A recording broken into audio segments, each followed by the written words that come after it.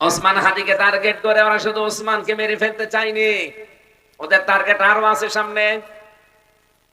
হাসনাত আব্দুল্লাহ শুধুমাত্র কালকে অহংকার দিয়েছে, এই দেশ আমরা একটু ছোট, পাশের দেশ এত বড়, এত বড় দেশ থাকলে যদি আমাদের দেশে নিরাপত্তা না থাকে, আমাদের দেশে যদি মাঝে মাঝে আপনারা অশান্ত করেন, তাহলে আপনাদের মতো বড় দেশ আমরা পৃথিবীতে রাখতে চাই না।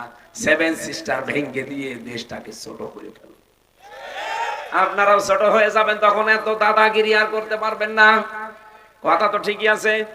আপনি আমার প্রতিবেশী, মাঝে মাঝে আমাকে উস্কানি দেন, অশান্ত করার জন্য চেষ্টা করেন। এত বড় প্রতিবেশী থাকলে যদি আমার ক্ষতি হয়ে যায়, তা আমি তো এত বড় প্রতিবেশী দেখতে চাই না। আপনি ভুটানের মতো, মায়ানমারের মতো, শ্রীলঙ্কার মতো, থাইল্যান্ডের মতো এরকম ছোট ছোট প্রতিবেশী হোক, কেউ কাউকে কিছু বলবে না। আপনি দেখেন মালয়েশিয়া, থাইল্যান্ড, সিঙ্গাপুর সব পাশাপাশি, কোনো ঝামেলা নেই তাদের। আর আমাদের সারা জীবনের ঝামেলা একটা, খালি একটু বড় দেশ, এই অহংকারই বাঁচে না।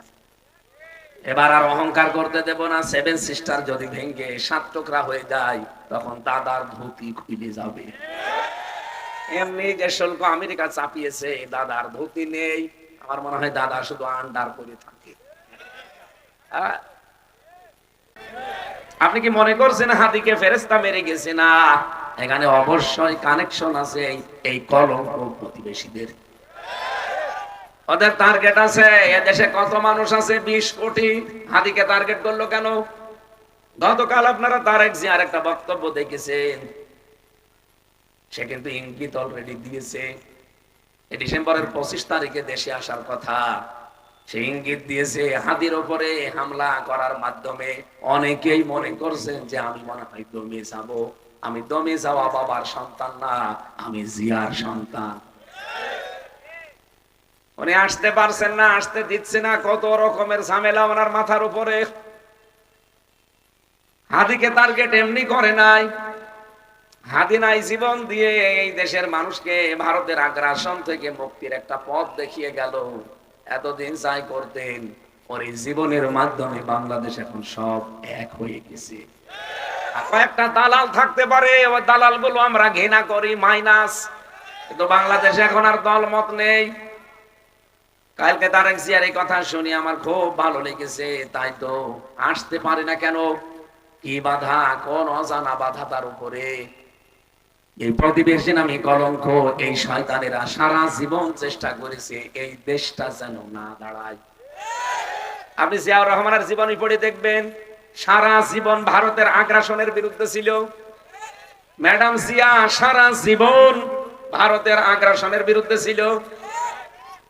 নয়তো ওই সময় সেই 9 সালের দিকে তাকে যে প্রস্তাব দিয়েছিল দাদারা, উনি যদি ওই সময় মেনে নিতেন, সারাটা জীবন তো ক্ষমতায় হাসিনার মতো থাকতে পারতেন। কিছুই হয়তো না, হয়তো বদনাম হতো। হাসিনার যখন এমন বদনাম হচ্ছে, আমি যে ঘৃণিত মানুষের নামগুলো বলছিলাম, আপনি দেখবেন যে 6 জনের নাম আছে, তার ভেতরে হাসিনার নাম আছে। কারণ ওর নাম ও মুসলমানদের রক্ত লেগে আছে ওর হাতে। আপনি কি মনে করছেন শুধু আমরা যারা ওর দল করি না দেখতে পারি না? না, তামাম পৃথিবীর যেখানে যাবেন সেখানেও ঘৃণিত। এই ঘৃণিত বানিয়েছে কে? বলেন বলেন। আমি নেতানিয়াহুকে জীবনে কোনোদিন সামনাসামনি দেখেছি? নরেন্দ্র মোদীকে সামনাসামনি দেখেছি? কেন তার উপরে আমার ঘৃণা? ঘৃণাটা জন্ম তৈরি করে দিয়েছে আমার আল্লাহ। হাসিনাকেও সরাসরি আমি দেখিনি, কিন্তু তার প্রতিও ঘৃণা এই কারণে আমার আল্লাহ এটা তৈরি করে দিয়েছে। তারও জ্ঞান ছিল, তারও বিবেক ছিল, কিন্তু বিবেক অনুযায়ী সে কাজ করেনি, জ্ঞান অনুযায়ী সে কাজ করেনি। বিবেক অনুযায়ী যদি কাজ করতো, আল্লাহর কসম জীবনেও সে বাংলাদেশে আয়না ঘর বানাতো না। এটা কত বড় ভয়ঙ্কর আপনি জানেন? একটা মানুষ 8 বছর 10 বছর মাটির নিচে পড়ে আছে, ও জানে না যে দুনিয়া এখন কি, এটা কি রাত না দিন জানে না। আমি যে প্রথম 10 দিন আয়না ঘরে ছিলাম, আমি টের পেয়েছি। তাও তো আমি মিনিটা ছিলাম, বিটটা আরো কঠিন, যেটা আর্মিরা চালায়। আমার কাউন্টার টেররিজম নিয়ে মাটির নিচে রেখেছিল, কি ভয়ঙ্কর জায়গা। আপনার যদি হার্ট এমনিতে দুর্বল হয়, ওরকম ঘরে আপনাকে ঢুকিয়ে অন্ধকার করে দিলাম, এমনি বলে যাবেন। বিদেশি এক সাংবাদিককে এই ডক্টর মোহাম্মদ ইউনূসের সরকার মাত্র বলেছিল যে আপনি 10 মিনিট এখানে থাকেন। ওই বিদেশি সাংবাদিক ওই ঘরে মাত্র 2 মিনিট থাকার পরে বলছে না, এখানে কোনো মানুষ থাকা সম্ভব না। এদিকে 3.5 হাত, এদিকে 1.5 হাত, এতটুকু একটা ঘর, এর ভেতরে আবার টয়লেট দেওয়া। আমার সাথে এক মাওলানা ছিল জেলখানায়, ফাঁসির কন্ডেম ছেলে। আমারে মাঝে মাঝে বলতো, হামজা ভাই, আমি যে 60 হয়ে শুয়ে থাকি, এটা যে কত বড় নিয়ামত আমি জানি। আমারে মাটির নিচে নিয়ে হাতে পায়ের ভেতরে দিয়ে লোহার যে ব্যারিকেড আছে ওর সাথে লাগিয়ে দেয় তালা। 24 ঘন্টা এভাবে বসে আছি, মাত্র 1.5 মিনিট 2 মিনিট সময় দিত টয়লেট করার জন্য। একটা মানুষ 24 ঘন্টা এভাবে বসে থাকলে তার মাজা থাকবে, কি ব্যথা হয় আমি রিমান্ডে টের পেয়েছিলাম। আমরা যখন 11 ঘন্টা মাজায় দড়ি দিয়েছিল, ওই সময় বুঝেছিলাম যে কি কষ্ট। আমার আগে একজনকে নিয়ে গেল, দেখলাম ভালো মানুষ গেল, চট্টগ্রামে বাড়ি, ছাত্র দল করে, অস্ত্র মামলা দিয়ে তারে দিয়েছে ছেলে। রিমান্ডে আমার সাথে ছিল পাশে, ভালো মানুষ দেখলাম গেল, নিয়ে আসার সময় দেখছি হাতের পায়ের নখ একটাও নেই, চামড়া, এই যে চামড়া তুলে ফেলেছে। আমি বলছি আপনি চিল্লাচ্ছেন, এখানকার আওয়াজ তো বাইরে যাবে না, কারণ ঘর তো মাটির নিচে। কি হয়েছে? হাত আর পা বের করে বলছে এই দেখেন নখ একটাও নেই। আমারে বলছে আপনি প্রস্তুতি নেন, আপনারও এখন ডাকবে, কারণ এরপরে সিরিয়াল আপনি। আমারে নিয়েও গিয়েছে, ওই চেয়ারে বসিয়েছিল, যে চেয়ারে বসলে 1 মিনিটে 120 বার ঘোরে, কিন্তু আমাকে ঘোরায়নি। আমারে বলছে যে এই জিনিস দিয়ে আমরা নখ তুলি, এই মেশিন দিয়ে আমরা চামড়া তুলি। ওই ভাইয়ের দেখলাম এই নখগুলো তুলে নিয়েছে, 5টা মেশিন সেট করা আছে হাতের সাথে, প্লাস সিস্টেম। আমি হাতে করে নেড়েছিলাম, দেখলাম যে কিভাবে টাঙায়, দেখি এই হাতের সাথে এভাবে লাগিয়ে দেয়।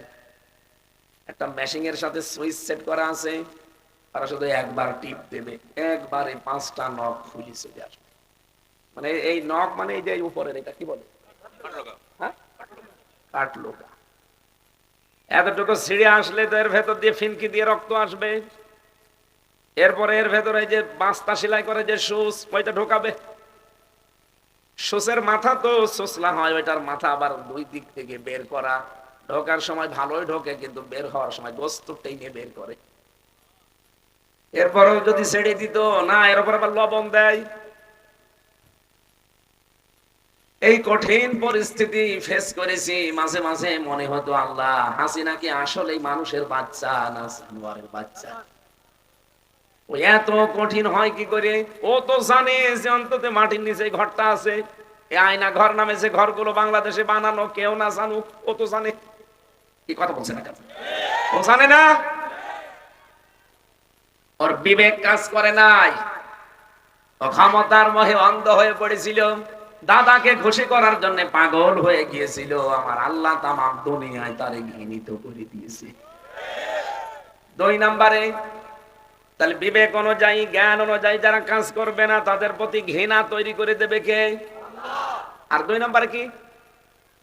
কোরআনের সূরা ইউনূস 11 নম্বর পারা 19 নম্বর পৃষ্ঠার 5 নম্বর লাইনের 100 নম্বর আয়াতের শেষের দিকে পাবেন এইটা, ওয়ায়াজআলুর রিজসা আলাল্লাযীনা লা ইয়াকিলুন। আল্লাহ বলেন যারা বিবেক অনুযায়ী কাজ করে না, এই মানুষগুলোর উপরে ভুল সিদ্ধান্ত আমি আল্লাহ চাপিয়ে দেই। তখন ওরা যা বলে, যা করে তাই ভুল। আপনি দেখেন এই দেশের যারা তাদের বিবেক, তাদের জ্ঞান অনুযায়ী কাজ না করে মানুষের দালালি করে, তাদের মুখ দিয়েও মাঝে মাঝে এমন কথা বের হয়, এক কথায় ওর ক্যারিয়ার শেষ। কথা বোঝার চেষ্টা করেন, খালি হান দাজে ঠিক বলবেন না। বলেন তো, যারা তাদের বিবেক অনুযায়ী কাজ না করে, তাদের উপরে যে ভুল বিষয়গুলো চাপিয়ে দেয় মাঝে মাঝে কে? আরো জোরে বলেন। ওসমান হাদিকে টার্গেট করে ওরা শুধু ওসমানকে মেরে ফেলতে চায়নি, ওদের টার্গেট আরো আছে সামনে। হাসনাত আব্দুল্লাহ শুধুমাত্র কালকে অহংকার দিয়েছে, এই দেশ আমরা একটু ছোট, পাশের দেশ এত বড়, এত বড় দেশ থাকলে যদি আমাদের দেশে নিরাপত্তা না থাকে, আমাদের দেশে যদি মাঝে মাঝে আপনারা অশান্ত করেন, তাহলে আপনাদের মতো বড় দেশ আমরা পৃথিবীতে রাখতে চাই না। সেভেন সিস্টার ভেঙে দিয়ে দেশটাকে ছোট করে ফেলব। আপনারাও ছোট হয়ে যাবেন, তখন এত দাদাগিরি আর করতে পারবেন না। কথা তো ঠিকই আছে। আপনি আমার প্রতিবেশী, মাঝে মাঝে আমাকে উস্কানি দেন, অশান্ত করার জন্য চেষ্টা করেন। এত বড় প্রতিবেশী থাকলে যদি আমার ক্ষতি হয়ে যায়, তা আমি তো এত বড় প্রতিবেশী দেখতে চাই না।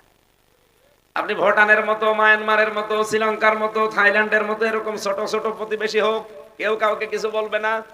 আপনি দেখেন মালয়েশিয়া, থাইল্যান্ড, সিঙ্গাপুর সব পাশাপাশি, কোনো ঝামেলা নেই তাদের। আর আমাদের সারা জীবনের ঝামেলা একটা, খালি একটু বড় দেশ, এই অহংকারে বাঁচে না। এবার আর অহংকার করতে দেব না। সেভেন সিস্টার যদি ভেঙে 7 টুকরা হয়ে যায়, তখন দাদার ধুতি খুলে যাবে। এমনি যে শুল্ক আমেরিকা চাপিয়েছে, দাদার ধুতি নেই। আমার মনে হয় দাদা শুধু আন্ডার করে থাকে।